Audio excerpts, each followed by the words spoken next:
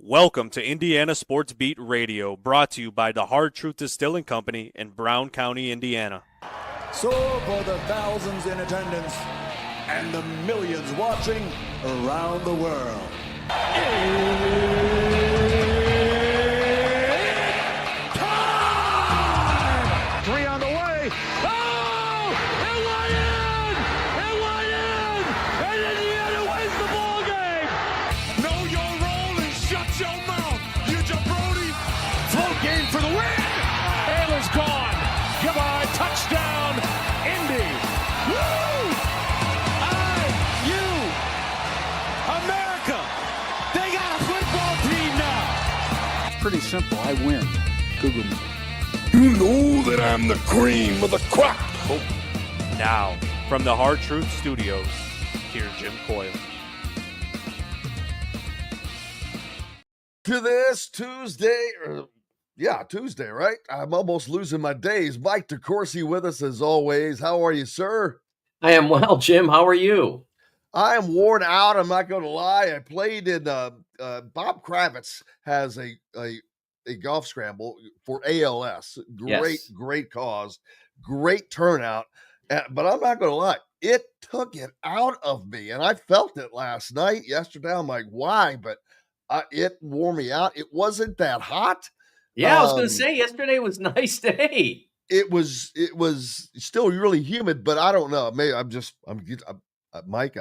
I guess I'm just getting old. I hate to say that, man, but I was like, I kept feeling it last night. I'm like, why am I so tired? Because I played in one the week before that was much hotter, and I played one with Bob last year that killed us. But it just wore me out. It's crazy. But and I'm like thinking, you didn't even walk 18 holes. You were in a cart. And I'm like, wow. I'm like, you must be not in good shape, man. But but a great cause, and I can't wait to get to have Bob on. Several people that played for him in that. Coach Collier, former coach at Butler, and the former AD there was there. Our good friend Chris Denary was there. There were representative from the Colts. Let's see. Oh, Al Unser Jr. Oh, wow. And I'm like, wow. Just to participate for that. And there was many others, and I can't wait to get Bob on, but that's impressive for someone like Al Unser Jr. to take his time to come out and do that. Very nice. I was just uber impressed. Plus, just kind of honored to meet him. He's one of those guys that I grew up watching race along with his dad and all of that group. Just a great driver and very, very successful. And it's just when you meet those kind of people, for me, it's like meeting, my childhood heroes, whether it was Pete Rose, any of the Reds, any of the Cincinnati Reds, back from the days, Pete Rose and Johnny Bench and those guys. Even now, from the time when I was a kid, that's still special. Sports. Yeah. For me, it's completely different. I have completely taken the fanship out, and it kind of sucks. I'll be honest with you. I love being able to be a fan, but I can't. I went to one of the Pacers playoff games, and I sat there the whole time. Nothing got me. Yeah. It was, and I'm like, boy, man, you've gone too far. I will say, Jim, I mean, I have been doing this now for 44 years. And for a while early in my career, I felt that. And after I left Pittsburgh, after I was forced to leave Pittsburgh, I think that giving up on that, I mean, there are still things that I allow myself to be a fan of. I I'm a fan of the game of college basketball. I love the game. Me I too. love Yeah, great I moments do and that too. sort of thing. I don't have a favorite team. I can't. It's not. But I mean, I think it's pretty well established that I follow the Steelers, and if you follow my Twitter account, you see the Liverpool soccer insignia where my wife and I are photographed by the Liverpool insignia at Anfield. So I mean, there are still things that I enjoy as someone who follows particular teams. I think getting that back helped me over the last 30 years or so. Helped me understand what fans really care about and what's rational as a fan. I mean, like here in Pittsburgh, rational has kind of gone on vacation. The Steelers have not had a losing season since 2003. 2003, and there are That's people that are angry, amazing. and there are people Yeah, that are angry like that's, all the time because they well, haven't had a playoff they win in take the it for last granted. You 7 or start 8 years. taking it for granted when you Yes, have it so much, yes, and I get it. That would be like, well, it's like when an Alabama has a season like they've had or whatever. But the Steelers are, to me, they are probably the NFL model there of consistency. There is no program that has been more consistent, not only in play, in coaching. They have the same coaches for a million years. I mean, how yes. many coaches have they even had total ever? Well, it's starting in 1969. They've had 3 coaches since. So That's it's that is the really most bizarre. remarkable thing in all of sports at any level. At Yes. any level, I don't know. I mean, I'm sure you've got some school somewhere that's had a guy for 40 something years or something like that. But I mean, if you look at Michigan State from the beginning of Judd, and I don't remember exactly what his first year was, but from the beginning of Judd till now, they've only had 2. So and Judd won it in 79. So I'm going to say he probably started there around 75, 76, something like that off the top of my head while I look it up. He started at Michigan State in 76. So since 76, they've had 2 coaches. That's pretty amazing. 2 coaches gosh, I was still in high school in 76. So that's a long time. I'm coming up on the not that close, but it's coming, the 50th year reunion. And they've had 2 coaches in that period. It's just remarkable. now Heath is not. Says he's a diehard Steelers fan that he's lost interest because they have not lost a playoff game in a long time. See, this is what I'm talking about. This is what I'm talking about. I that's part of the spice, though, I guess, that makes it great. I mean, it sucks the Reds. I'm like, man, can they in this day and age, can the Reds ever be competitive? And it was 2015 when Kansas City won. Yes. And so that's been a decade now. Yes. And I don't know, can a team like basically a mid-market team like Cincinnati win a World Series? Well, I actually wrote about this a week ago. I wrote a big column about the baseball's need for a salary cap system, Jim, and it followed Tony Clark. Mike listened to my appearance yesterday talking about this very thing on the Gas House Gang program on KMOX in St. Louis, and what I talked about in that article was the need for a salary cap on 2 levels. First of all, when you say to certain people that baseball needs a salary cap, right away they say, well, that's not fair to the players. Jim, the players need the salary cap even more than the sport does. I broke down using current active payrolls, the 26 players that were on the payroll as of last Monday or Tuesday. I looked at that and I broke it down. And these are some of the figures that just absolutely blew me away. I did not expect it to be this one-sided toward ownership, but here's how bad it is. And I know that, like, for me and for you and for most of the people that are listening, maybe all, $1 million a year is a lot of money, right? I mean, I'm not saying it's not, but, and 700 and some $1,000 is a lot of money for us. But for a professional athlete doing a good job, it's not a lot of money. It's really poor.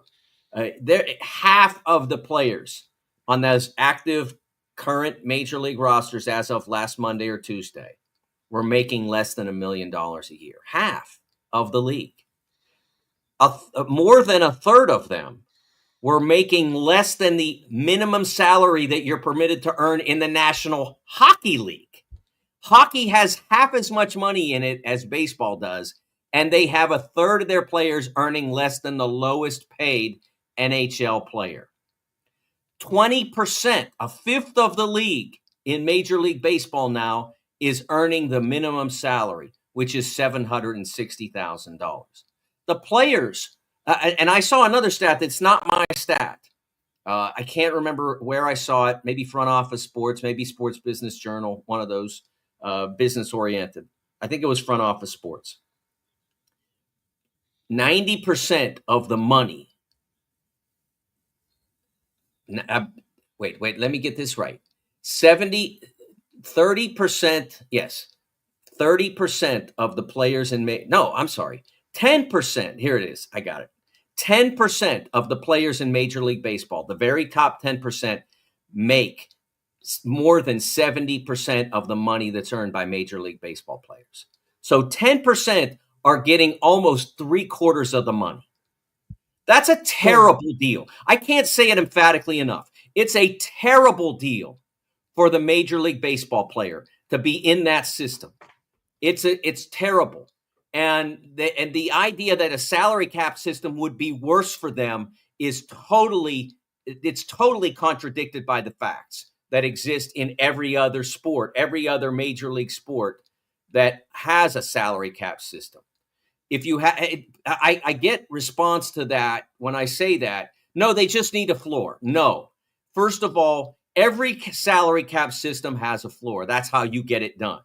The cap is, let's say it's $200 million. Then the floor is within 20% of that.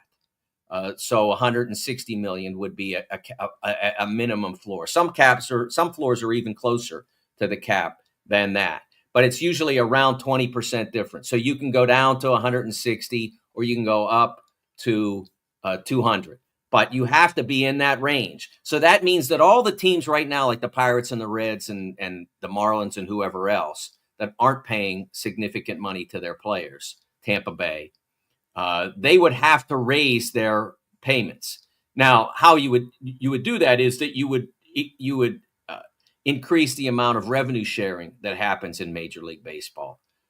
If the Dodgers and Yankees want to make $300 million a year or whatever it is from television, and they don't want to share it at a significant level with the other teams in the league, they can play each other for the rest of time. Let's see how that works out. Let's see how many people tune in and how long those $300 million a year payouts last. I suspect not very long. The money is earned by all the players on the field, not just the Dodgers and the Yankees. And so the fact that you happen to be in a big market and the others happen to be in small markets doesn't mean that you're more valuable. It just means you happen to land in those places. The idea that competitively baseball is better off with the current system is just ludicrous. They will try to sell you, Jim, that we've had X number of different champions and we have so much variety of champions. But the reality is it's just different rich guys winning every year. We've had three champions from outside the top 15 markets in this century. 2 St. Louis, 1 Kansas City. That's the end of the list. 3 in 25 years. 15 have come from the top 10 markets. 15 of them. That's 15 from the top 10 markets. So that's telling you what you need to have to win a World Series. You need to be in the biggest cities. That's it. I have all kinds of stats that just blow you away on this. The 5 smallest markets in Major League Baseball have averaged 16 losing seasons a year since in this century. They have averaged 16 losing seasons each since 2000. And they've made a total of 3 world. These are the 5 smallest, not so the Cardinals are out. Have made a total of 3 World Series appearances and won 1 title in 25 years. The 5 biggest markets, which include 8 different teams, they've only averaged 10 losing seasons each. They've been in the series 22 times and won it 10 times. So it's just, there's no doubt what's making the difference here. It's all about money. It's all about market size. And so you look at NFL football, we've had the number 59 market win a Super Bowl in this century, New Orleans. When I score Green Bay in this, which of course is like number 200 or whatever, I give them Milwaukee, which makes them the number 40 market because Milwaukee covers the Packers as if they were their own. So they're basically the number 40 market, but they've won a Super Bowl. The Steelers won 2. I think they're around 27. The Kansas City Chiefs have won, I think, 2 or 3, and they are the 31 market. So we have had a ton of those. And, of course, who am I talking to? The Colts won a Super Bowl as well. So these are all markets that are outside the top 30, and they are winning Super Bowls because in the NFL, it's not about what city you're in, how much local TV revenue you have. It's about how smart are you? Maybe a little lucky, but mostly smart. And if you are that, then you can win a championship. Yeah, I think the Cincinnati Reds, the first thing I think of is, well, enjoy Eli De La Cruz while they've got him under contract, because when his contract expires, there's no way they're going to be able to compete with either the Dodgers or the Yankees or Boston or whomever the other big market team wants to have him. And that takes away from it takes away from the game to me. Yes. You need Cincinnati is, and I'm just using them as an example because they're my favorite team, but they are one of the cornerstones of Major League Baseball. One of the teams that's been around forever, so much history, but then you've got St. Louis who's like that. And so baseball loses history, I think, by not encapsulating all these other teams. Absolutely. I did an article 6 years ago about Game 5 of the 1979 World Series, which was played between the Pirates and the Orioles. And I called it the last World Series game ever to be played in Pittsburgh. Not the most recent, the last.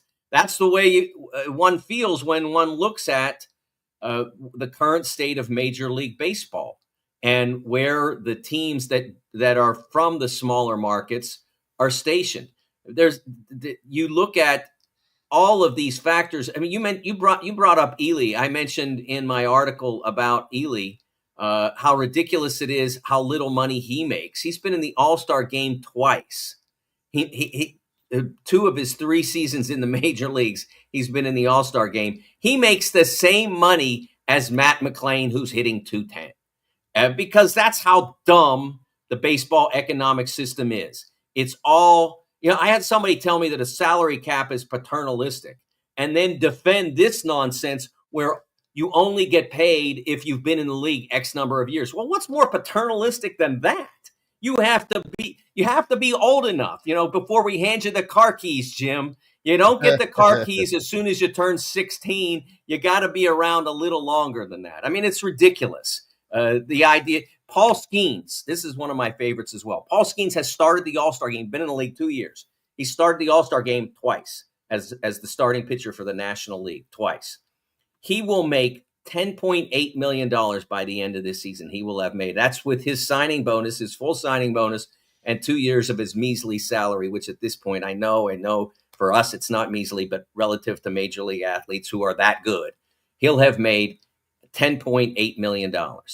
Zachary Risachet, at the end of his second year, He averaged 12 points a game in his first year in the NBA as the number 1 overall pick. He will have made $25 million, Jim. And Caleb Williams, who had an okay rookie year for the Bears as the number 1 overall pick, by the end of his second season will have made more than $28 million. So the guy who is way better at what he does than the other two makes less than half of either. That's the way Major League Baseball thinks it should be done. It's the most ridiculous system in all of our major sports. It hurts the sport. It hurts the athletes. But because there are, like I said, 10% of Major League Baseball players who cash in at an ungodly level, that's the way they make you think it's supposed to be. And not enough voices in the game. I'm outside the game. I'm not a baseball guy. I'm a sports guy, but not a baseball guy. But not enough voices in the game are speaking out about this. Vested interest, they decide to stand with this system, which isn't good for anybody except the very elite. I agree completely. Mike DeCourcy, make sure you go out and read that article at the Sporting News and give Mike a follow. We've got to take a break. We're back with more on the other side, Indiana Sports Beat Radio, right after these messages. Andy Moore Honda is Bloomington's #1 Honda dealer for a reason. Buy a new Honda and get a 3-month break from car payments. That's right, no payments for 90 days. That includes the all-new, all-electric Honda Prologue, and you get it for just 0.9% financing. Or the 2024 Honda Ridgeline Black Edition or the Honda Accord LX, both for just 1.9% financing. Get more to your door from AndyMooreHonda.com, Bloomington's #1 Honda dealer and your best place for new and used vehicles. If you're looking for a new home in the Indianapolis area, you need Cheryl Sizemore from Brick and Ivy Realty. Cheryl Sizemore has over 2 decades of experience, and that could be the difference in getting the home you want in today's tough housing market. Reach out to Cheryl at CherylSizemooreSells@gmail.com or 317-701-0838. That's 317-701-0838. Let Cheryl Sizemore sell or find your new home today. Located on 325 acres in beautiful Brown County, Indiana, Hard Truth Distilling Company is the biggest and the best craft distillery around. While Hard Truth is already known for producing internationally awarded whiskeys and spirits like Hard Truth Sour Mash Bourbons, Sweet Mash, and Hard Road Ryes, as well as their cinnamon vodka and the always popular toasted coconut rum. Hard Truth Distillery offers so much more. With a full-service restaurant, ATV, and distillery tours, as well as live music, you can spend an entire day at Hard Truth Distillery while making your entire family or group happy. And that's the Hard Truth. Hard Truth products are available across Indiana, as well as many other states. So no matter where you shop, if they don't carry your favorite Hard Truth product, tell them you want the truth, the Hard Truth. Hard Truth Distilling Company encourages you to enjoy all of their products responsibly and to never drink and drive. Welcome back to Indiana Sports Beat Radio, coming to you on this Tuesday. Mike DeCourcy with us, as always. Grateful to have him. I just saw that President Trump is wanting the Washington football team, who I think they should have kept that name. I liked that name when they had it. But wants them to revert to being the Redskins, which is causing some issues, but threatening to block their desire to build a new stadium in Washington, which is kind of crazy. But yeah, I just don't see a chance of that happening just because of today's environment. When I was growing up, I'll be honest with you, I just said thought Redskins. I didn't think Indians. It never affected me like it probably affects the Native Americans, but I just thought it was a name.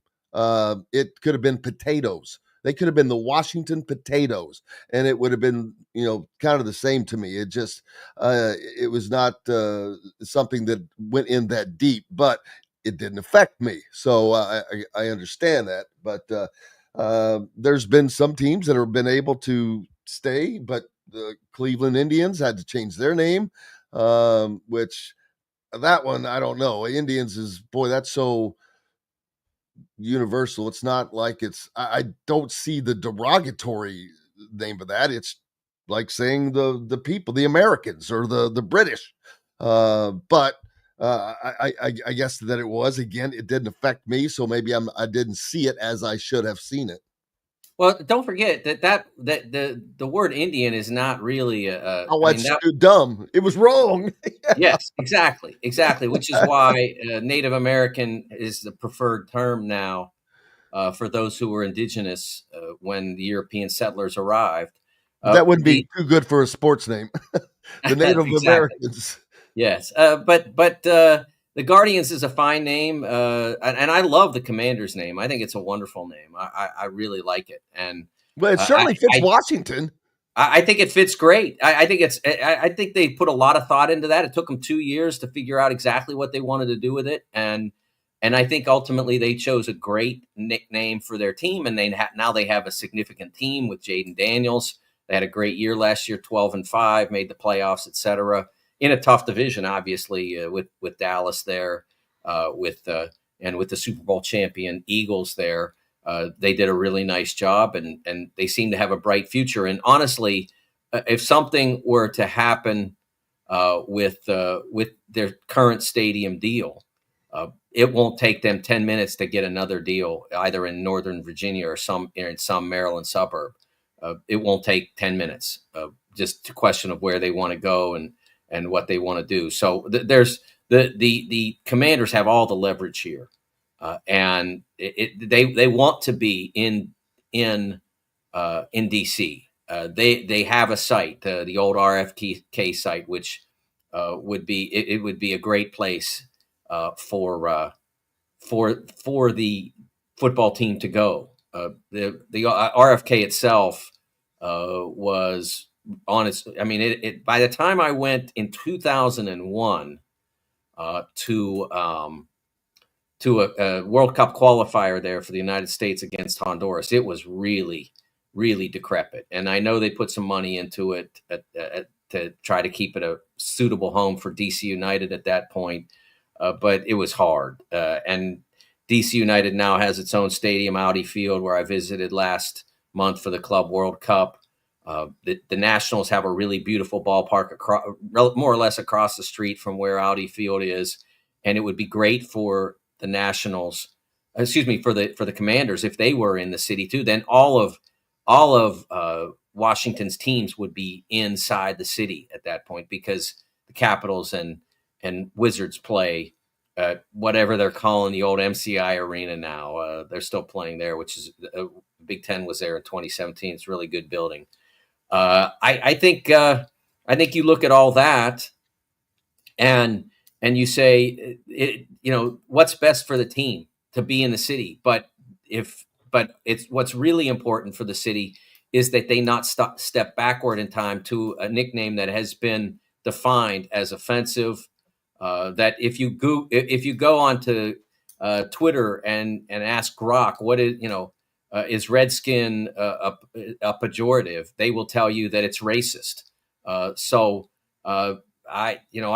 try not to use that word at all. I mean, obviously I let that slip there, but I try not to use the word at all, because it shouldn't be part of our daily discourse. And if they had a team in the NFL with that name again, it would be. So good riddance to it. I admire, Dan Snyder did not do a lot of good things as an owner with Washington, but he did change the name. He did get rid of the old name, and he did install the Commanders as the new name.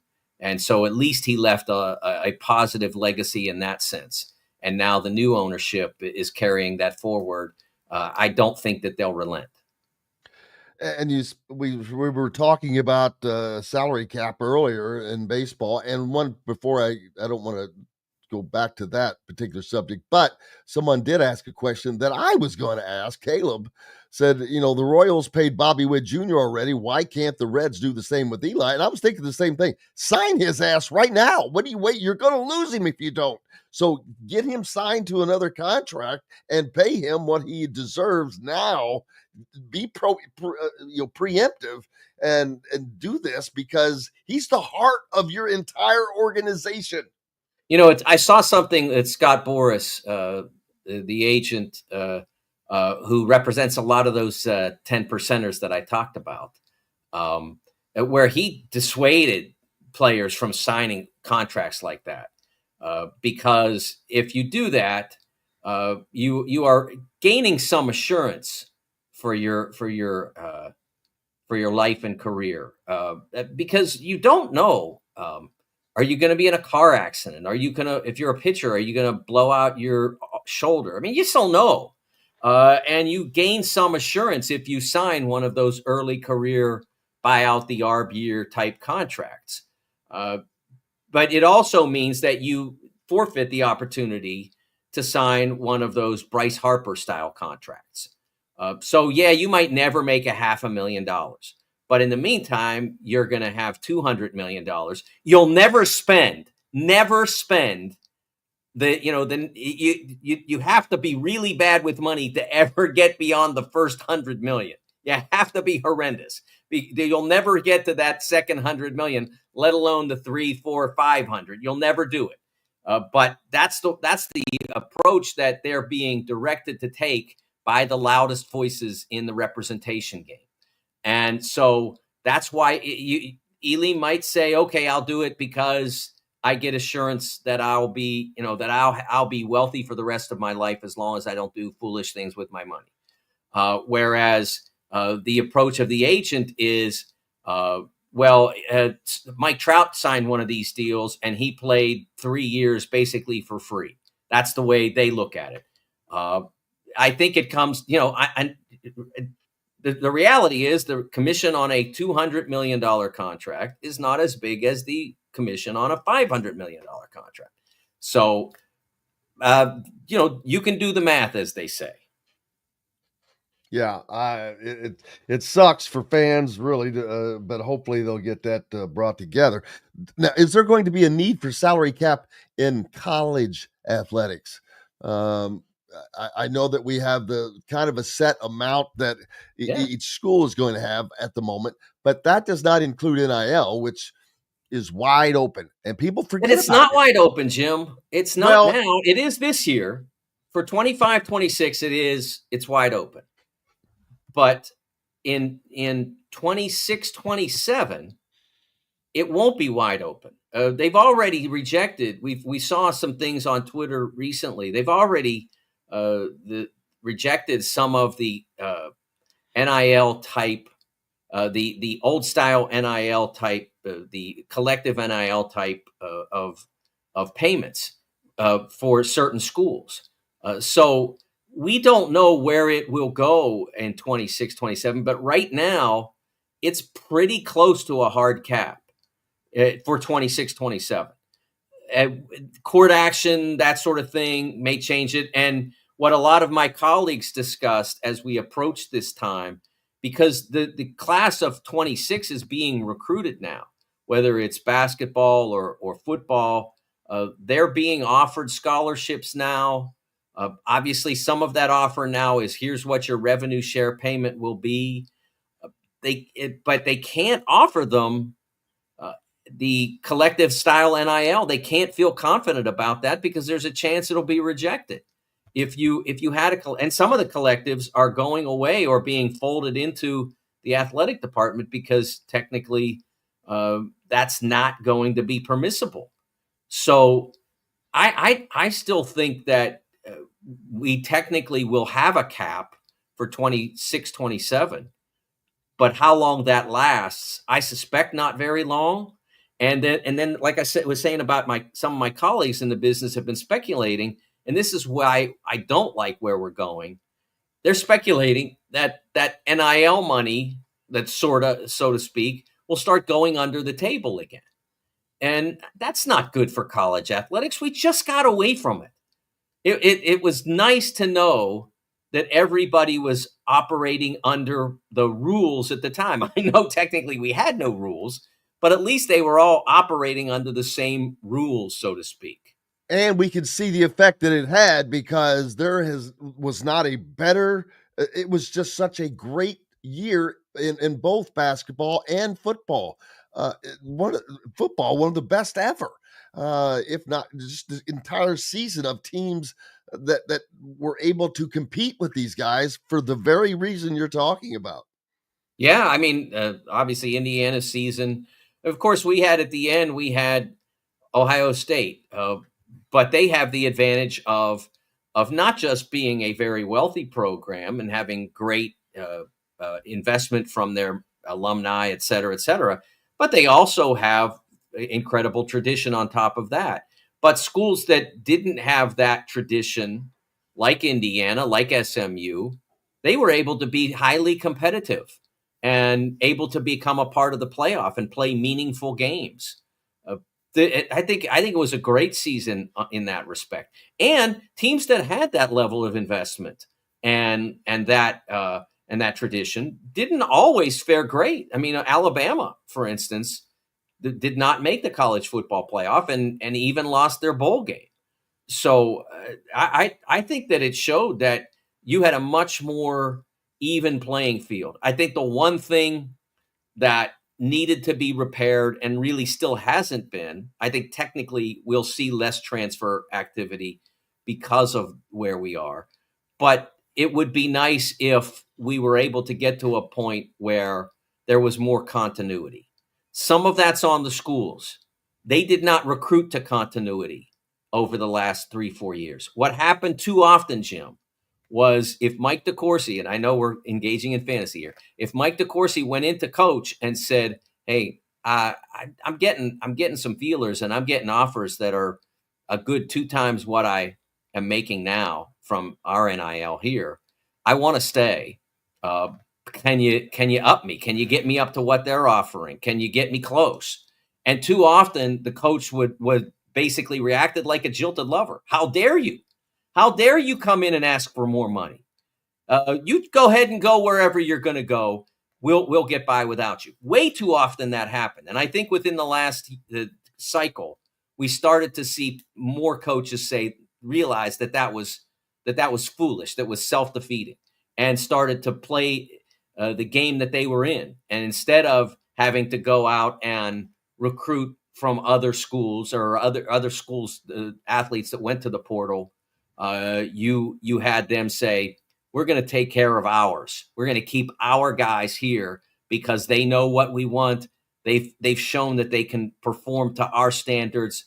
We're going to reward them." And I think Purdue's continued success from winning the Big Ten and getting a 1 seed to winning the Big Ten, getting a 1 seed, making the Final Four, to again having another great year in 25 and making the Sweet 16. I think that became a model for a lot of different programs, saying, let's do more of what they're doing. Let's find out why Purdue guys stay at Purdue and they don't have such a wild revolving door in terms of the transfer portal.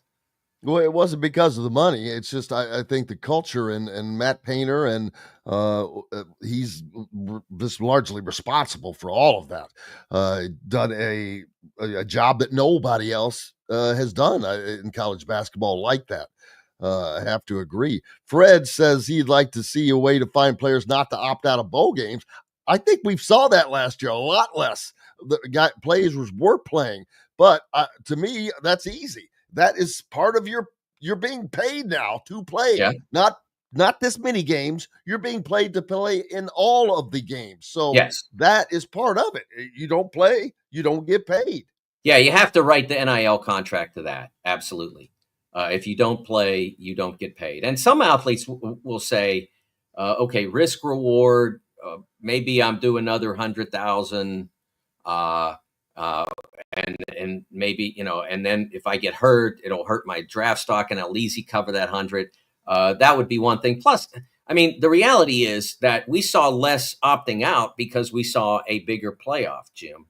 And those games actually mattered. I don't think there was any athlete who opted out of a playoff game. They all played because they knew they counted. They knew it wasn't just an exhibition. Bowl games are exhibitions. They are not serious games that really matter. And that's why getting farther away from the bowl system is great for college football.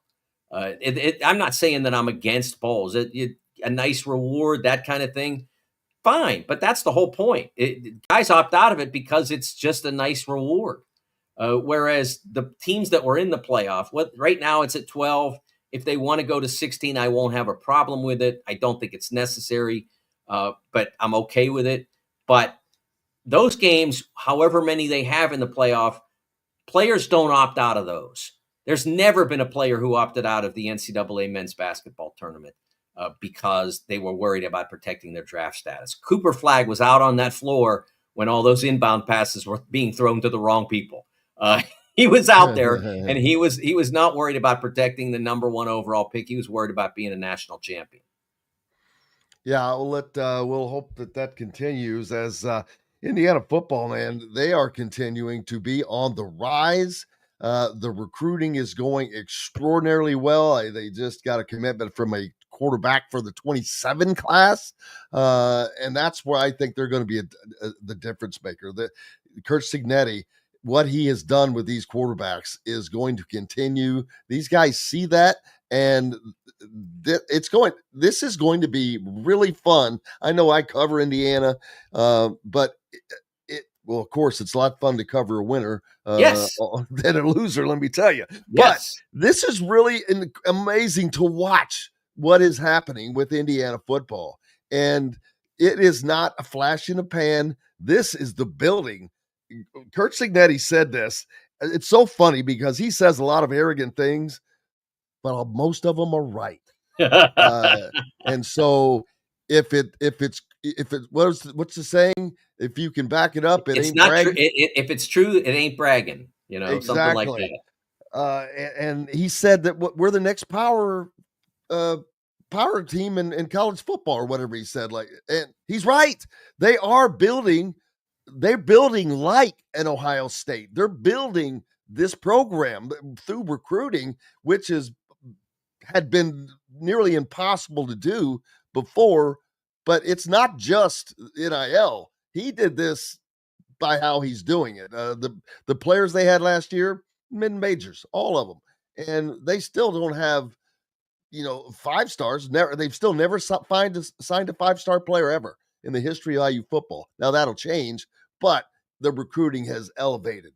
It's mostly 3 and 4 stars. So that is rising, but it is fun, and it is going to continue to be fun to watch that program rise and others, because that is what made I had a blast watching college football period last year. Yes. And I cannot wait to watch it again. Yes. Hey, I will tell you that I use this as an example. At the end of last season, I watched Ole Miss play Florida. I would never. You couldn't have, unless I was being paid. I guess you could have paid me. I won't say you couldn't have paid me to watch that game, because that's what I do. You pay me to watch that game and then write about it. So yes, you could have paid me to watch that game, but I would only have watched it if you paid me. But I watched it last year because it mattered to the playoff. It's not that I'm not talking about Florida and Ole Miss generally. I'm talking about those two teams in that circumstance last year. Ole Miss pushing for a playoff berth. They were hanging in. They were in the race. They needed that Florida game to get it. So I watched because I knew it would impact the playoff. It was the same when Auburn played Texas A&M and Auburn beat Texas A&M. Another team that could have been in the playoff easily easily would have meant winning the game, but I would not again have watched that game unless I were being paid to watch it. But because it mattered to the playoff, you couldn't tear me away from it. And Georgia Tech, when the Bulldogs had a chance to lose to their rival in a game that I think went to overtime, a game went multiple overtimes. Again, I wouldn't have watched that game. It wouldn't have mattered to me. But I watched every minute that I could watch. It certainly stayed through all of the overtimes. That's what having a real postseason did for me and for many others who follow college football. In the past, all I would have watched are the teams that I was connected to geographically. Cincinnati, when I lived there, Ohio State. My wife loves Ohio State from our 18 years in Ohio, the Hoosiers, Penn State, Pitt, all teams that I have been around because I lived in those places. And I may not be necessarily fans of them, but I maintain an interest in them because I lived there. But I went well beyond that last year in terms of my consumption of college football. Kind of funny. Russell says that the Purdue coach was on an indie radio station when asked about schedule, and he replied, "Well, I could follow another school's lead and cancel games, shades of Cincinnati and Virginia."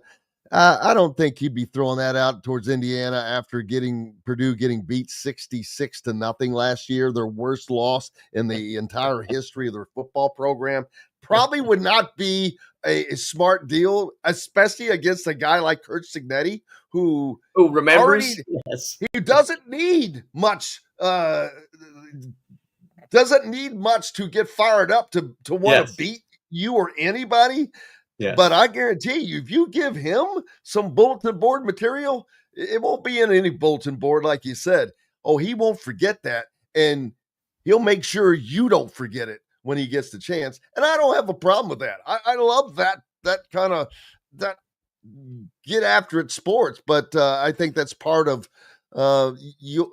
Again, a team like Indiana, who does not have the tradition, you got to do whatever you can to make some noise. Yeah, I one thing I will say is that it's not Kurt's fault because of where college football is relative to the importance of scheduling. It's not his fault. I wish that college football were to go to a system just by the encouraging of playing more high-level non-conference games. Right now, there's pretty little value in it, unfortunately. And has been for well more than a decade. I mean, basically, since we got into conferences, the value of playing a challenging non-conference schedule is all but disappeared. If you do well in your conference, and when I say do well, I mean obviously you have to basically dominate. If you dominate in your conference, you're going to find a way into the postseason, and so it doesn't really help you to have played Oklahoma or to have played Texas or whomever. If college football were adopt a system whereby that were truly valued, where if you played a strong opponent and did well against them, I mean, obviously you don't want to lose 62-0 or anything, but if you play a strong opponent and you lose 35-32, that's better for you than if you play Villanova. That sort of thing. If they could get to that, it would be great for the sport, but we're not there. No one plays anyone for the most part. There are very few high-level non-conference games. That's why when the SEC tries to wave around the strength of schedule flag, I point out it's all just a guess. Strength of schedule is just a guess, Jim, because you're not playing anybody. So if you're not playing Michigan, if you're in the SEC and you're not playing Michigan, Ohio State, Indiana, Notre Dame, or whoever, if you're not playing those teams, or Southern Cal, or Arizona, or Oklahoma State, or whatever, if you're not playing those teams, we don't know if you're better than them. You can't say your schedule is stronger. There's no data. It's all based on a guess. So we need in college football to encourage that, but we're years away from it. Because of the fact that that schedules are made so far in advance, we're years away from being able to implement that. But we're not going to get there unless whoever is running in charge of the college football playoff, whether it's the conferences or the people who are in the offices of the CFP, and unless somebody says this is how we're going to pick these teams, and you have to have played a strong schedule. If until somebody says that, we're still going to have more and more of these bye type games to get teams ready for their difficult conference play. What's up next for you, brother? What is up next for me? I'm working on a column about Major League Soccer. I had one go up yesterday. The discussion we had about the Commanders and their nickname. I wrote that yesterday. But I'm also going to work on one this week about Major League Soccer and their schedule and how and when they play. And if you didn't see it last week, our project about LeBron James and Michael Jordan, who's the greatest player in the history of basketball. We have multiple elements in regards to that. I did the LeBron side. Bill Bender, our college football writer, did the MJ side. Steph No wrote a piece about their cultural impact. We have a video debate, Bill and I. So that's all up still at sportingnews.com. Yeah, I've got to. I was out. I got to go back and read that because I still want to talk about that just for the fun of it, and I look forward to it. Mike DeCourcy from the Sporting News. Make sure you're giving him a follow and reading all of the great content that he's got out there. Appreciate you as always, my friend. Thanks, Jim. You have a great rest of your week. Back with more at Indiana Sports Beat Radio right after these messages. Know a team or group needing a fundraiser? Boost Fundraising raises more money faster and offers the most unique and user-friendly online fundraiser in the nation. Your team receives personalized fundraising pages for each team member. Free team-branded promo gifts shipped to each donor. Boost Fundraising does it all. Sports teams, marching bands, charity causes, and community groups. Go to boostfundraising.com and be sure to enter the promo code COYLE, that's COYLE, to receive a discounted fundraiser.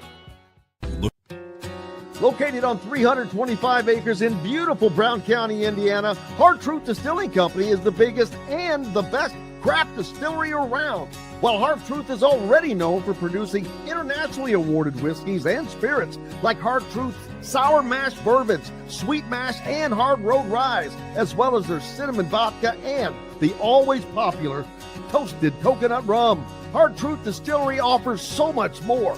With a full-service restaurant, ATV, and distillery tours, as well as live music, you can spend an entire day at Hard Truth Distillery while making your entire family or group happy. And that's the Hard Truth. Hard Truth products are available across Indiana, as well as many other states. So, no matter where you shop, if they don't carry your favorite Hard Truth product, tell them you want the truth, the Hard Truth. Hard Truth Distilling Company encourages you to enjoy all of their products responsibly and to never drink and drive. Welcome back to Indiana Sports Speed Radio on this Tuesday. Happy to have you along. Looking forward to Jamie Shaw joining us here in a little while. We'll get you caught up on what has happened with college basketball over the last weekend. Today is the start of Big Ten football media days out in Las Vegas. The Hoosier.com is out there covering that. Kurt Signetti will be speaking today, and you can hear him on Big Ten Network, I assume. But we'll have all the coverage of the interviews with the athletes that are out there as well. Elijah Surratt, Aiden Fisher, and Mikael Kamara. Pretty good representation there, as two of those are All-Americans, and Elijah Surratt, very potential All-American this season, as he is going to be the lead target of Fernando Mendoza in this offense that I expect to be just brutal for defenses to have to cover, as everything has improved for Indiana from the offensive line back. The offensive line is stronger. I'm not going to say they're stronger at quarterback, but they have lost nothing and may have gained. He just because of mobility and things like that. But it's definitely not a step down. And then the running backs room was also strengthened with, of course, BB from UAB and Roman Hemby from Maryland transferring over. So they and what they already had in there. So they're solid. And then defensively, Mikael Kamara anchors that defensive line. Then you've got Aiden Fisher, All-American linebacker, and D'Angelo Pons in the backfield there as an All-American. There, I like I said, I was not kidding. I cannot wait to cover this season. It's going to be a lot of fun, and the fans, they're going to enjoy it as well. So, yeah, that's the time wherever you are. If for Kurt Signetti, they will speak today, and that's it. And they're out of there. It's a 3-day event, but the league is so big now, it takes 3 days to do media days. But Wondering will Kurt Signetti be as bold and confident in his second appearance? I don't see why not. I think he should be as bold and more confident, because last year he had done nothing as far as having a season, but was pretty bold, and I loved it. But now he has a reason. He has part of what he's doing is necessary because Indiana still is not considered. He wants Indiana to be considered like the other top teams in the Big Ten, and they're not. There's the Big Four right now, which is Michigan, Ohio State, Oregon, and Penn State at the moment. He wants Indiana to be included in that when people talk about that. Now, Indiana's on that next line with Illinois and Indiana, but Illinois, it just has seemed to get a little more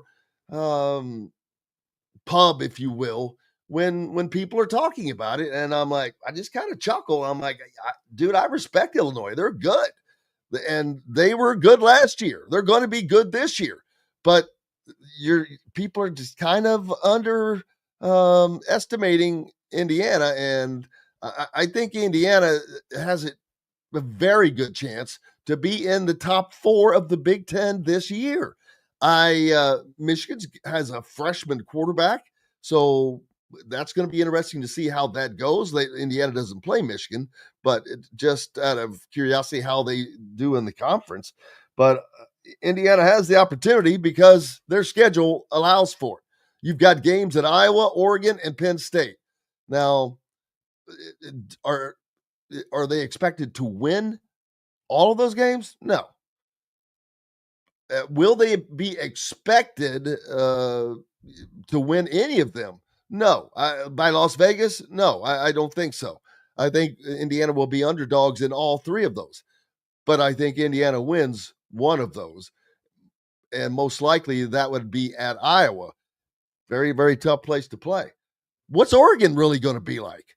I don't know. They've got to replace their quarterback. Now, Dan Lanning has always done an outstanding job, and nothing less is expected from them. But you can't crown teams before you see them, before they really exist. And that happens still too much. And in this day and age, you can't do that. You just can't. Look at the NCAA tournament. Look at college football. Indiana was picked to finish next to last season. Next to last. Because everything was based on what they knew previously. That doesn't work anymore because teams change unbelievably year over year. There's enough change that you just can't. Now, once things are in place, you're like, okay, well, they should be good, but you still should not be crowning teams as number one. Penn State, by a lot of people's measure, is the preseason number one. They've beaten no one. They have not won a game. So it's all for reading and for people to read. I get that. And yeah, I work in the media where we're creating content is what we try to do for people because they want content. But I just don't like. It gives us something to talk about, I guess. But instead of saying this team is that, I think we should just talk who's going to be that, who's going to be number one, who, and why. Don't crown them. Don't put them number one. Don't preseason polls. I hate because they really put some teams at a disadvantage. If you're way down or out, man, you've got to climb and climb and climb, and it takes so long, and one little loss knocks you down. And if you're a team that has been catapulted up to the top without even playing a game, well, you've got a lot of leeway, a lot more leeway. So, it is what it is. So what are you going to do? But great to have K-Bro commenting. We'll have to get him on soon. Haven't talked to him in a little bit. See how his summer is going. But yeah, look forward to getting all the information from the Big Ten Football Media Days. You can get that at thehoosier.com. If you do not have a subscription yet, then you're missing out. Just $1 for the first month, 50% off for your entire first year. And there is no place, and I mean no place, that is putting out the information that thehoosier.com with On3 is. Jamie Shaw from On3 will be joining us here in the next segment, and we'll talk about what went on in basketball, the targets that Indiana has been looking at as the 3SSB season wound up, as the EYBL season wound up. You've got Under Armour and Puma as well, so there was a lot going on, a lot happening, period. I talked yesterday about NASCAR. We've got the Brickyard 400 coming up this weekend in Indianapolis at the Indianapolis Motor Speedway, and I'm looking forward to that. Chase Briscoe from Mitchell, I'm telling you, has got a shot to win this race. He has running so well, back-to-back second-place finishes at two completely different courses, where he ran so well at Sonoma, which is a road course. He finished second to Gritty. Gritty says, "What's NASCAR?" Well, that you're going to have to open up your sports mind. What was I saying? I got distracted, but yeah, he finished second to Shane Van Gisbergen, who has become the Scotty Scheffler of road course racing. It's like finishing second to Scotty Scheffler right now. Man, some guys are just on this deal, but Chase Briscoe running super well. They've won a lot of poles. He won a race at the Pocono Speedway in Pennsylvania, and that's a track that has some similarities to Indianapolis, and that's the car he'll be driving. We should have Chase on Thursday, I believe. So looking forward to having NASCAR winner and Daytona 500 pole sitter Chase Briscoe on with us this Thursday. So looking forward to that, as well as the Brickyard 400 happens this weekend. Man, I know that not everybody's a race fan, but I know some people are, and it's a great, I think Fred goes to the Indy 500 each year, but racing is great at Indianapolis. NASCAR has kind of lost its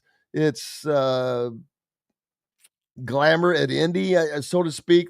It's weird because you go to Indianapolis for the 500 and that stadium is just packed, and even though there are a lot of people there for the NASCAR race, it doesn't look like it because the grandstands alone hold like 250,000 people, which is the largest seating capacity in the world, I think.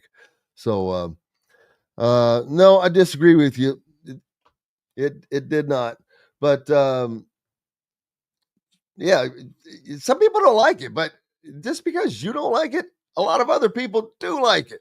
It's just like soccer. Not everybody likes soccer. Everybody has their likes, and that's okay. So Roswell's a race car fan. Talked about Eldora. That's a great sprint race. Hey, and you've got so many. Indiana has so many ties to NASCAR. Chase Briscoe currently, but Tony Stewart, Jeff Gordon, daggone it, the guy that was from South Bend, I always forget his name. He went to Purdue. That's probably why I forget his name, but someone will put it up there. He was great. There's another kid from up north that is running NASCAR.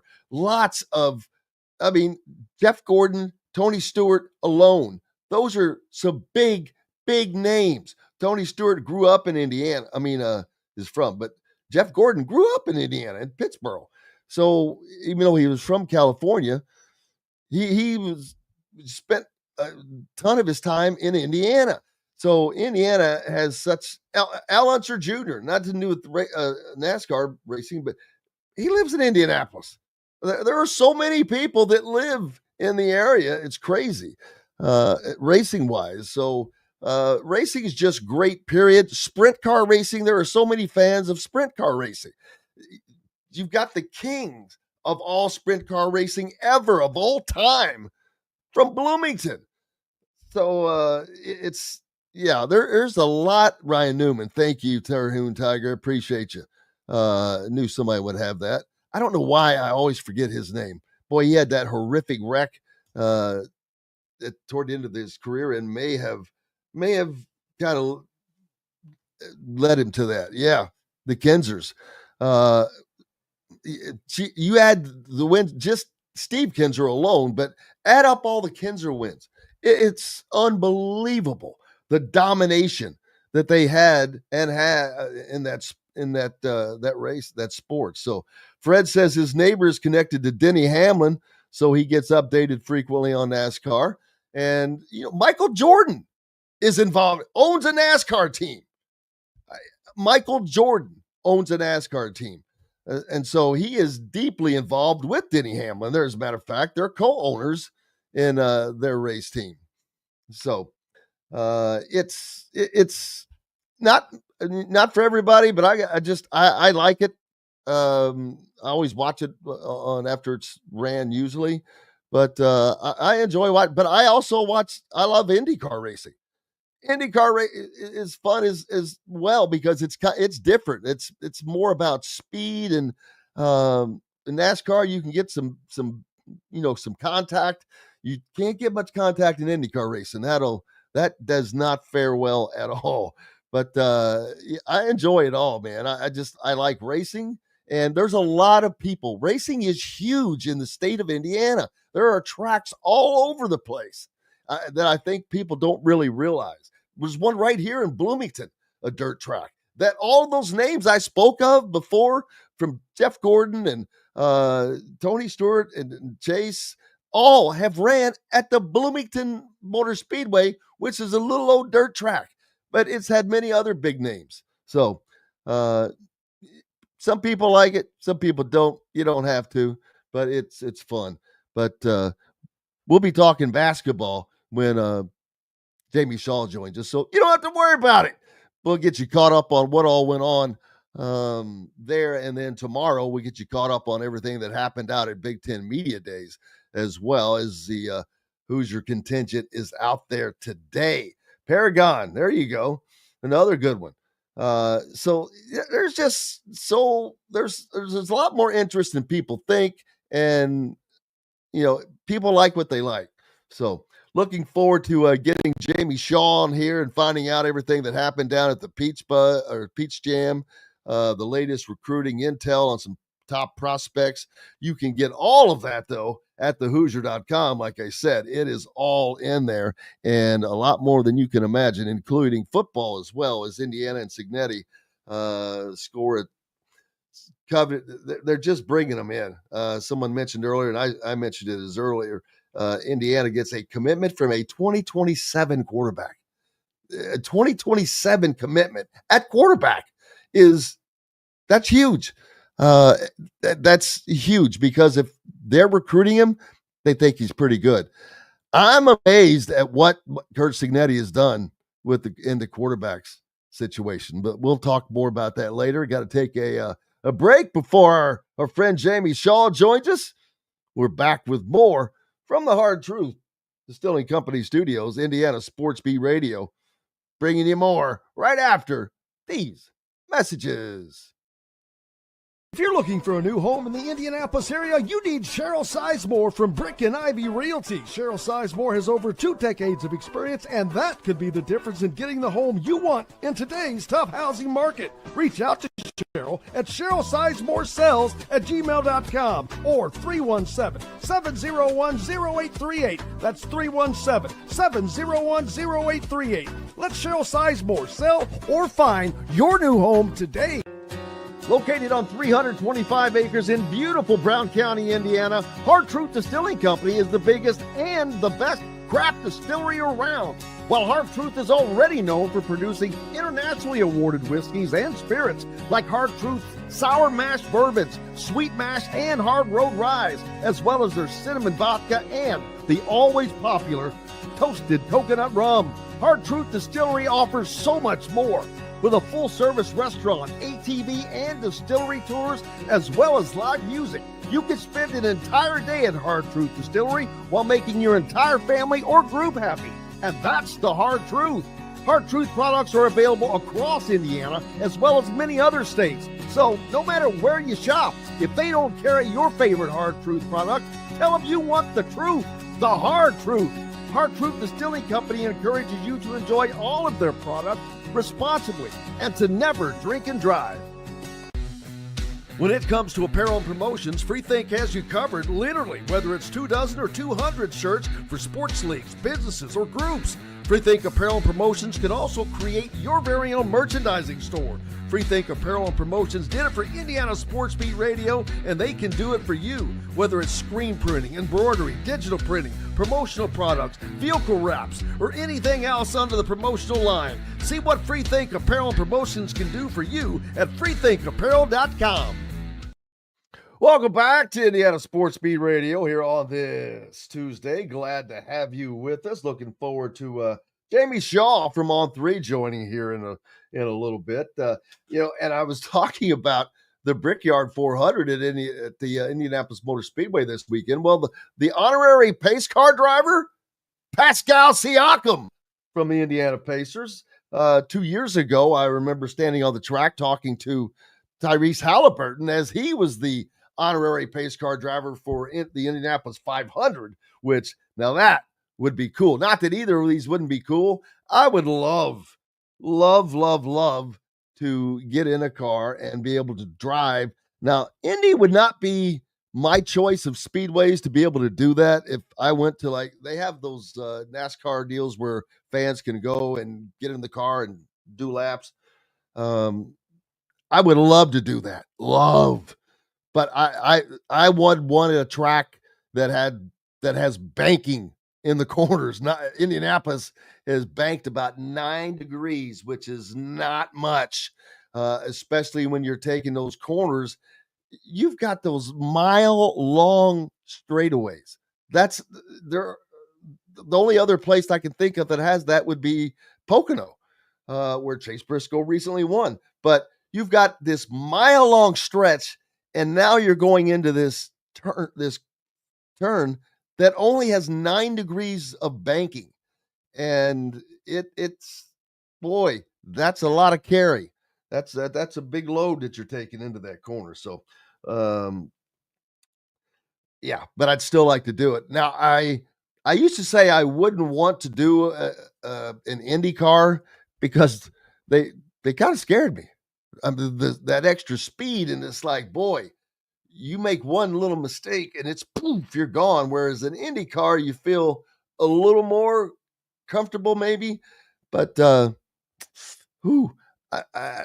Kravitz, our friend Bob Kravitz, has the greatest thrill of all. He got to ride around in the double car with Mario Andretti driving. But our friend Jamie Shaw from On 3 joining us now. Jamie, I've been talking about NASCAR racing a little bit because the Brickyard 400 happens this weekend at the Indianapolis Motor Speedway, and there's a kid from Mitchell, Indiana, which is just south of where I am, that in Lawrence County, that I call the fastest county in the world because they have 3 former astronauts from there and the guy who sat on the pole for the Daytona 500 this year, from this little old county down here south of Bloomington, which is kind of crazy. Nice. Yeah, down this way, I'm not super into NASCAR or racing or anything like that, but I do know that Cabarrus County down here, where my family lives, yeah, racing history as well, when it comes to guys living there and all that. So, should be exciting. Yeah, I'm looking forward to it, but also exciting. A lot of action had been going on, wrapped up the EYBL, Nike EYBL, the 3SSB. Let's see, Under Armour and Puma. Why is Puma getting involved in basketball? It just seems weird with Nike and Adidas and Under Armour already, and not just Nike, but the Michael Jordan line there, already those so entrenched. And now, boy, Puma, who is known for other sports, but I guess maybe it's because of the NIL situation. They can entice athletes or whatever, but it just seems odd for a shoe company like Puma to jump into basketball. Well, they're getting in on the highest levels as well. They have Puma athletes in the NBA. I believe Tyrese Halliburton, Michael Porter Jr., Scoot Henderson, et cetera, et cetera.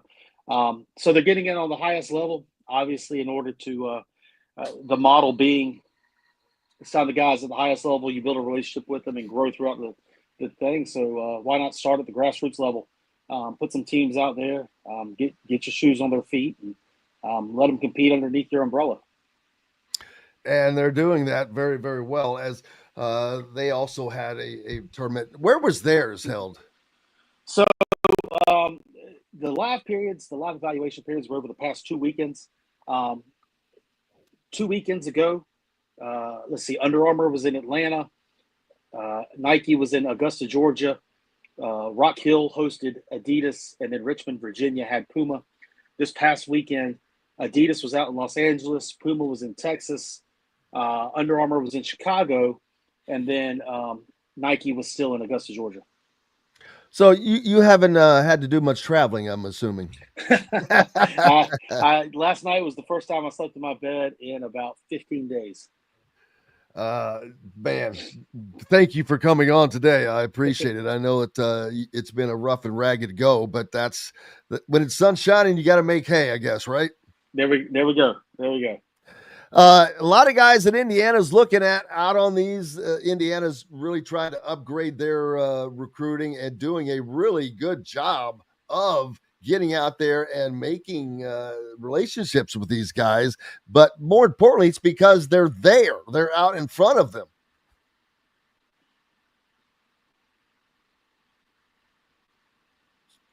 Still with us, brother? Yep. Can you hear me? Yeah, I got you. Okay, there we go. Hey, I was just talking about Indiana has really made a presence with all these high-end recruits, and they're making efforts. Their recruiting has obviously changed. Indiana is really recruiting like you're supposed to recruit, getting out, talking to these players, being in front of these players, making the effort, establishing relationships, doing all the things you need to do to put themselves back up with everybody else, because you have to. That's how you get these top players. For sure, yeah. They're very present. They're present on every circuit. Darren DeVries is there. He's front and center. Obviously, he can't be every place at once. But it seemed that Indiana strategically had various guys at different locations that were stalwarts at those locations, sitting front and center for their targets. And then DeVries would join them as he would travel across the country to be able to go see the recruits, go see their priorities, go see their guys. But Indiana was very present with the high-profile guys that they're looking at. And some of those were in action as well in all of these different places. Top targets like Latrell Allman, who is probably one of their top targets right now, but I think that they seem to be in pretty good shape with him. Yeah, so he's the only visit they've taken so far. Latrell was in Rock Hill, South Carolina, and then Los Angeles for the Adidas stuff this past couple of weeks, and Indiana was courtside. He's taken a huge step in his game, even from the end of the season at John Marshall High School this past year, toward his time with Team Loaded. He had a massive showing at the NBA Top 100 camp this past June, and that carried over into July. With that, Indiana was able to get him on campus early. They were the first ones so far. They were the only ones, and they were trying to be the stalking horse, the group that everybody feared and had to catch up to, set the precedence, and they've done a good job with that. They're still in the game, and it'll be interesting to see how Latrell moves forward from here, who he sets the business with if a commitment date comes about, and all that. But Indiana is firmly in the mix on that one. And then you've got Derod Rippey Jr., who they recently set up a visit with him. So that's very, very important to getting him on campus. Getting the kids on campus is just paramount. 100%. That's when very rarely on the basketball side of things, football's a different animal, but very rarely on the basketball side of things, especially as a high school recruit, do you see a player commit to a school that he has not visited. yet, especially officially visited. So getting Deron Rippey on campus is massive. He plays on the Adidas circuit with the New Heights program. Obviously, Indiana's an Adidas-sponsored school, so there's a little bit in play there. But Rippey's recruitment is coming down, is narrowing in a little bit. It's taking a blue blood type of approach. UNC, Kentucky, schools like that involved as well as Indiana. The schools that actually get him on campus will be interesting to see, and kind of as the timeline starts to emerge, how things narrow in with him. But Rippey is one of the top point guards in the country.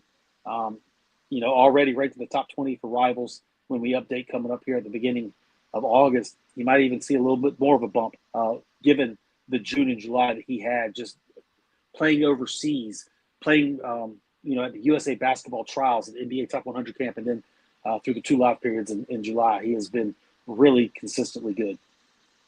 Arifan Dion, I assume that's how you say his name. I don't want to mispronounce that, but that's another one that Indiana has really made a move on, while other schools kind of seem to be in the lead. Indiana has a lot of connections, whether through his AAU team, his AAU program, and this is some relationship that's kind of been in the works for a while.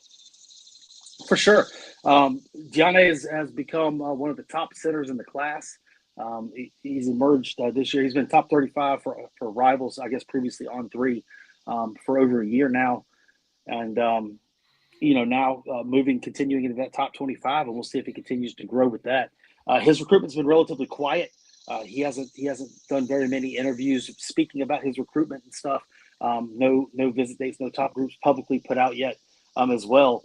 But Indiana is a group that, speaking with sources kind of around the recruitment and stuff, that is mentioned pretty consistently with him. So with him, it'll be interesting. Again, visits tell the story. Where he gets on campus too, there's a lot of people that think they're in play with Diane. And I think a lot of that comes with a little bit of the unknown, because he doesn't really speak too much. There isn't very much concrete stuff coming from his camp about his recruitment out there right now. So there's a lot of people that think that they're still involved with him. Indiana is one of those groups. Now, next step up with him will be which schools get him on campus. Mikai Murian, I don't know if I'm pronouncing his name even close to right, but didn't have a lot of appearances on the AAU circuit this summer, so kind of been under the radar. For sure, yeah. Mika Murianen played at AZ Compass this past year, originally from Poland. He's actually gearing up right now to play for his senior national team in the FIBA Eurobasket, which is the tournament of all the European teams and all that. So that'll be in August and September for Mika. Indiana's firmly involved there as well. He recently came out with the top 7, possibly only 4 of those schools are schools that I'm hearing with possibilities to land him. So that's one to see again if they get him on campus. So September, he comes back. I think September 15th, mid-September. That when he comes back over from the Eurobasket, and then word is he's going to focus back on recruiting there. Don't think he's in any rush, however. Going to let things play out and see kind of how rosters fill out and what that looks like as well. So a time frame would be interesting for that one, but Indiana is one of the schools that are pushing to try to get him in the 2026 class. And the reason Indiana is doing so well, I mean, Darren DeVries gets credit; he's the head coach, but the staff he has put together is one that seems to be more recruiting related than coaching related. And I'm not cutting on their coaching creds. I'm sure their chops are great, but they're all great recruiters. Every one that he's added had a specialty, had a niche, a place of how to establish relationships with these different guys, and it is working. Jordan Smith, another one of those. Kenny Johnson had been recruiting him at Georgetown. That comes over. It's like Rod Clark was recruiting a kid at Tennessee, but he comes over. So they're bringing a lot with them. For sure. I think you hit the nail on the head. Relationships. They're relationship builders. Obviously, how things are going today, the resources that you put toward the program, with the NIL world and all that type of stuff, the resources that are available to the program will do a lot in recruiting. However, relationships still do play a factor. You have Kenny Johnson, who's deeply entrenched in the DMV, Virginia, D.C., Maryland area. Rod Clark, Midwest guy, came from the MOCAN program. And started recruiting stuff at Tennessee, Drew Adams in the state of Indiana, and all that. So you have guys that have deep-rooted relationships in areas, and they're able to get Indiana in the game, get their hat on the table, all that stuff, so to speak. Relationship-wise, they're able to, to carry things over from their previous stops. As you can see, they were able to build these huge relationships that their schools immediately come into play for these players. It's not like the head coach has to meet him. They have to show a presentation or anything. It's like, no, Kenny Johnson developed this relationship with this player so much that the player is now interested in the school that Kenny Johnson is currently at. The same thing with Rod Clark. Same thing with Drew Adams and everything like that. So that's massive on the recruiting front. Still, relationships still matter in this day of NIL, in this age of NIL, to get the program to the table. And the staff that DeVries has put together has deeper relationships in their regions. Yeah, one of those guys that Kenny Smith was recruiting, Jordan Smith, he was recruiting at Georgetown, one of the top point or shooting guards in the country. Yeah, he's a winner. He just came over from Switzerland with the U19 USA team. He started every single game for them, won his second gold medal with USA basketball in the FIBA games. He just set 2 visits. I think Arkansas and Kentucky got dates down on the table. It'll be interesting to see how things continue to progress with Jordan. Yeah, and twice now you've mentioned foreign players, and foreign players are going to be they're going to have an impact this next season. This not in the future. This next season, Illinois might start 5 foreign players, literally, seriously. But we're going to see more and more of that. There's going to be, I don't want to call it a British invasion because most of them are probably going to come from Serbia or wherever, but a foreign invasion of players because of the money. Joker's agent is the guy. He said he's going to probably bring in over 50 guys this year. Never had an NCAA kid before. Going to have 50. Dude he's going to make a mint on getting these college kids from Europe over to the States. Yeah, well, you look in years past, what they've done is they just turned pro early. Now with the age of NIL, there's an avenue to make revenue off of your name, image, and likeness in the college route. And a lot of times, as opposed to going overseas or being overseas and being in the C and B league and working your way up, what the advantages that college game brings, both with NIL when you're able to make money off of your name, image, and likeness, but also in the notoriety. Everybody a lot of people watch college basketball. It's very, very well known, and especially if you do well, your name is talked about. Your name is bandied about. So there's a status type of situation there as well. But yes, I think you're going to see. I think we saw over 50 players go to the high major schools from overseas this past cycle, and I think that's only something that's going to continue, or at least from the people I'm talking to, it sounds like that's something that's going to continue moving forward. Yeah, I'm looking here. There's a kid, Luigi Suigo from Italy. They're just from all over. College basketball is going to quickly become an international sport. And is that good for college basketball? Because it's definitely going to increase their presence, their footprint. But it's also going to be a huge impact on American kids because, like I just said about Illinois, they literally might start 5 foreign players. For sure. I think it's great for college basketball. Anytime you can, increase the footprint and bring the most talented players in, a team that's able to field the most talented players is always a positive for the sport. So yeah, I think the top end of college basketball it's good for, and we'll see a trickle down effect. With more players being able to go to different levels, possibly that might not have in the past. Yeah, and I'm just looking forward to seeing what Indiana can do because the team that they put together, I'll be honest with you. I don't know what to expect from this team coming up next season. I honestly do not. And I'm not making any predictions because it's almost impossible to. You don't know what they have. You know what they don't have. They're not deep at the center spot. So they're going to be a team that really has to use great guard play and great wing play and shooting and some things that Indiana fans haven't seen for a while. But it's still going to be quite different as what they've been accustomed to seeing is everything running through the middle. That is not going to be the case this upcoming season. No, for sure. It's a new age of Indiana basketball. There seems to be a lot of buzz around it, a lot of excitement around the fan base. Getting on the message boards, getting on the Hoosier.com and seeing what the fans are talking about. It seems to be some optimism around the future.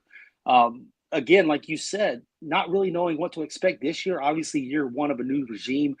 There's a whole bunch of there's new players, there's new staff, there's new systems, there's new learning curves and all that type of stuff. But being able to field an entirely new team and putting something together to put on the floor that could be competitive. You look at what they did. They have an identity, the spacing, the ability to handle, the ability to have the ball, 5 guys on the floor who can make a play with the ball in their hands.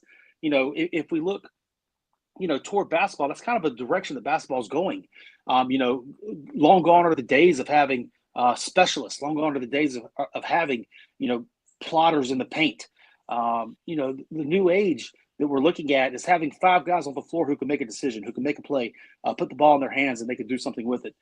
And I think we're seeing that at Indiana now as to how that system gets implemented, how quickly people come, to the plays and adapt to everything that's new. That's to be determined. But there's a clear identity that they're shooting for. There's a clear pathway on this team that you can see throughout the players that they're bringing in, the players that they're recruiting, that they're trying to shoot for. And there's something to be said for having, a clear identity as to what it is that you are. Yeah, and there's no doubt by looking at the guys they are recruiting, what they're going to build. I mean, they are going to have guys in the middle, but their teams are going to be built by guard play and wings that can shoot and maybe do some other things, but it's going to be built around guards and wings. Yeah, for sure. Guys who can space the floor, guys who can create advantages. If you look at the NBA, if you look at the college game, they're 2 complete separate games. The NBA is set on who can win in space. College game is set who can win in their area. If you see teams that are in the college game, they're kind of go towards the spacing situation of things. They're having a little bit of success. This is how kind of it looks like the Indiana team is looking to be built. Guys who can win in space. Guys, even going from the Reed Baileys in the center all the way down to the point guards, defensively and everything. Guys who can win in space. And I think having that kind of identity on the wing, at the guard, at the big positions, will be an interesting look. It's a different look. The Big Ten is a rough and tumble type of league. There's a lot of physicality in that league, so being able to space the floor and do that, it's a different look. So it'll be interesting to see kind of how it does play out in the long run. Heath says IU has a lot of offers out there, but only 1 commit. I'll be honest with you. I'm surprised they have a commitment right now. I mean, it's early still. I mean, most teams don't have commitments or that much. You haven't even gone into the school season yet. They're just finished the period, the live evaluation periods where they're all playing. So I wouldn't expect many commitments at this moment. Now that might change. That should change probably in September or something like that. But I'm not surprised at all by a lack of commitments from any of these offers. For sure, the recruiting timeline has pushed back this cycle, especially given with how massive the transfer portal was this year. Colleges weren't even focused on high school kids in the April timeframe when 2,500 plus players went into just Division I transfer portal alone, over 4,000 total when you add in D3, D2, and all that type of stuff. So college coaches were focused on the transfer portal, recruiting the transfer portal, and getting the rosters together for this upcoming season. That pushed everything back with the high school class. And what you're seeing now is a whole bunch of high school players, especially the 2026 class, who haven't even taken an official visit yet. So those will start coming up at the end of August. We're starting to see those being set now, schedules coming out September, October, and into November. And I think as that time frame happens, you'll start to see more commitments come to place. But for the overall landscape of the 2026 class, there just hasn't been much moving yet. Now things are starting to get into motion now, as you mentioned. But the live evaluation period has ended now, so now we're moving toward go season or visit season, as we call it. So things are starting to move a little bit in that direction, but it's still very early with a lot of these prospects. Switching gears a little bit, the tournament that nobody seems to know about or care about, the Crown Tournament, has just dropped to 8 teams. They're only going to have 8 teams this year. And I'm like, dude, why? What is the freaking point? You've got the NCAA tournament that is looking at expanding, which is stupid. We saw last year, you've got enough spaces because you had teams that didn't belong in the damn tournament to begin with last year.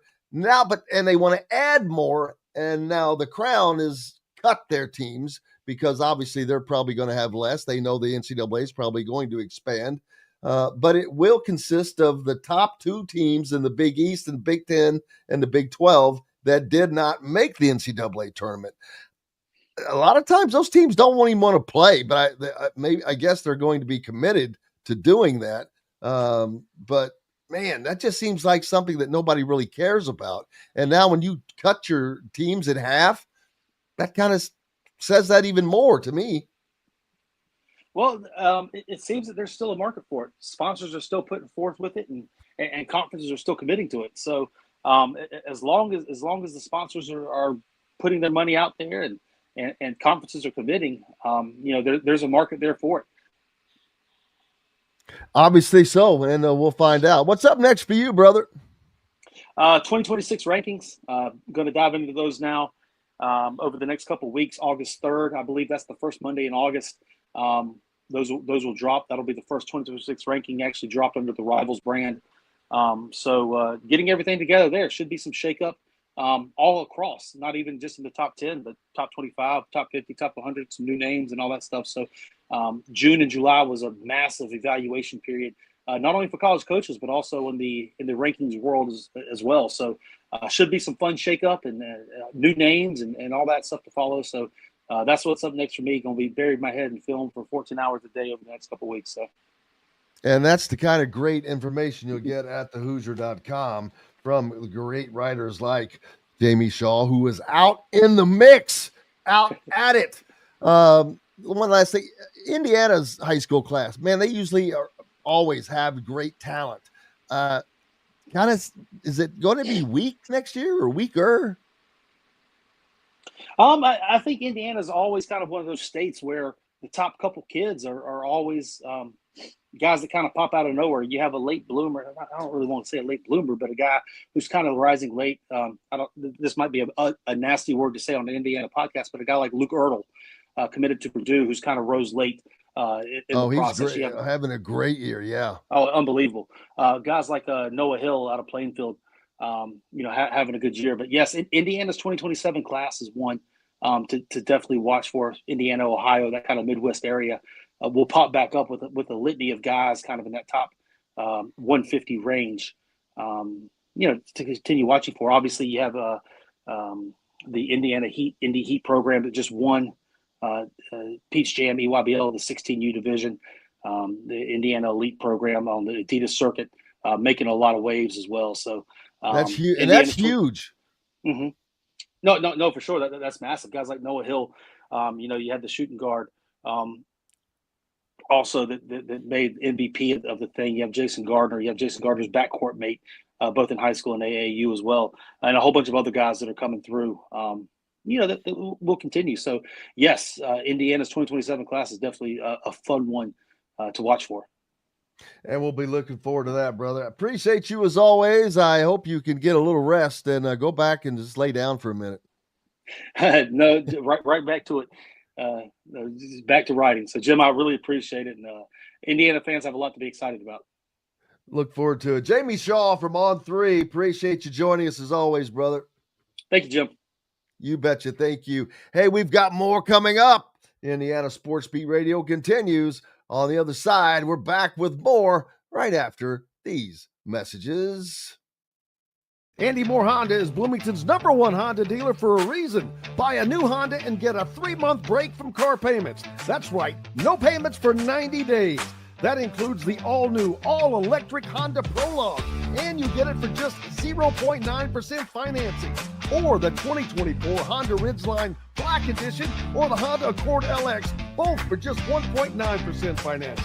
Get more to your door from AndyMooreHonda.com, Bloomington's #1 Honda dealer and your best place for new and used vehicles. If you're looking for a new home in the Indianapolis area, you need Cheryl Sizemore from Brick and Ivy Realty. Cheryl Sizemore has over 2 decades of experience, and that could be the difference in getting the home you want in today's tough housing market. Reach out to Cheryl at CherylSizemore@gmail.com or 317-701-0838. That's 317-701-0838. Let Cheryl Sizemore sell or find your new home today.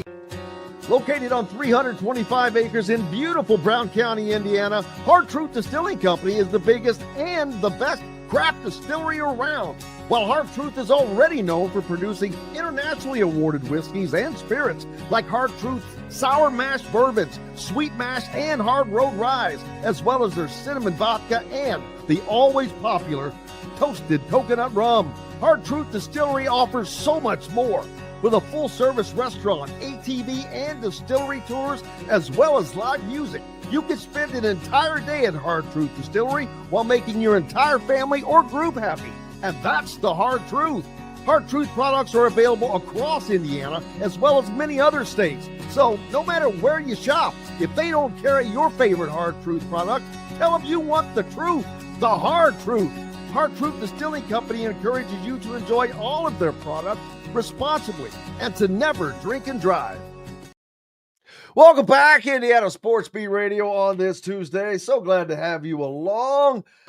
Appreciate you joining us, no matter where and how you're listening on one of our great radio station affiliates like 97.7, the 99.7, the Ref. I got it all screwed up. 97.7, ESPN, the Ref. Always the right call in Evansville. Man, that should be just innate right now. Up in the region, the voice of the region. 12:30 a.m., 104.7 WJOB, and in Fort Wayne on Fort Wayne Sports Station, 1380 The Fan. Keep it locked where you have it all day long as you go forward. The Big Ten, this is a little surprising, but it's the Big Ten protecting the Big Ten. But apparently Big Ten Commissioner Tony Pettini sent a letter to the NCAA Committee on Infractions suggesting that Michigan's football program should not face more sanctions stemming from their sign-stealing scandal. According to 2 people familiar with the situation, per the AP, they spoke to the Associated Press on condition of anonymity Monday because no one is authorized to comment on an ongoing NCAA investigation. Pettini's letter was shared during last month's hearing because he was unable to attend while recovering from hip surgery. Big Ten Deputy Commissioner Diane Dietz said ESPN was first to report some details of Pettini's letter. The NCAA alleged last year in a notice relating to its sign-stealing investigation that current coach Sharon Moore violated rules as an assistant under former coach Jim Harbaugh, who served a 3-game suspension in exchange for the conference dropping its own investigation in the allegations after the 2 ended up in court. After winning the national championship in 2023, Harbaugh left, now coach of the Los Angeles Chargers. Moore was accused of deleting text messages with sign-stealing champion Connor Stallions before they were recovered and provided to the NCAA. Moore has said that he has and will continue to cooperate with the NCAA's investigation. No, they have not been punished enough. They haven't been punished. I mean, how have they really been punished? Are you kidding me? The NCAA investigated surfaced early in 2023 amid allegations that about all the sign stealing that was going on. But Michigan is prepared to suspend Moore for 2 games during the coming season. Oh, big deal. They're going to suspend him against, St. Mary's of the Woods or whatever. The NCAA will decide if that self-imposed sanction is enough to address the allegations that Moore failed to cooperate. No, My God, he deleted all these. He's now the head coach, and he was a big time participant in this scandal. No, they need to be punished, in my opinion. But the NCAA probably will not do much, because if they do, they'll think, well, we'll probably have to go to court and we'll lose, because that's what they do. But yeah, when you have a program, when you have back-to-back head coaches that have to be suspended for violations, and there has just been violation after violation, give me a break.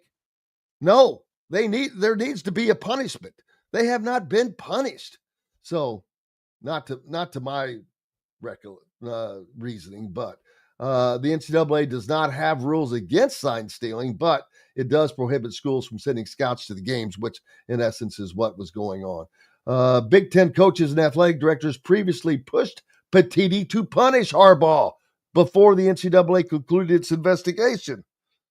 Didn't happen. Well, not really, but when the Big Ten suspended Harbaugh, Michigan claimed the commissioner overstepped his authority and acted outside the conference's bylaws. So you had that going on.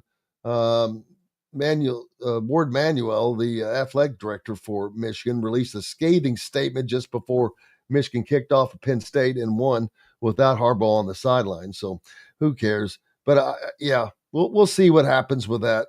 But that's that. We'll see how that goes, man.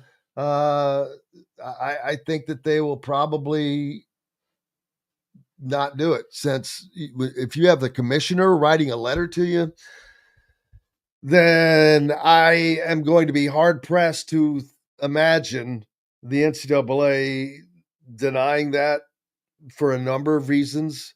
They don't want the Big Ten to get pissed off, to be honest with you. They don't want to get sued by the Big Ten.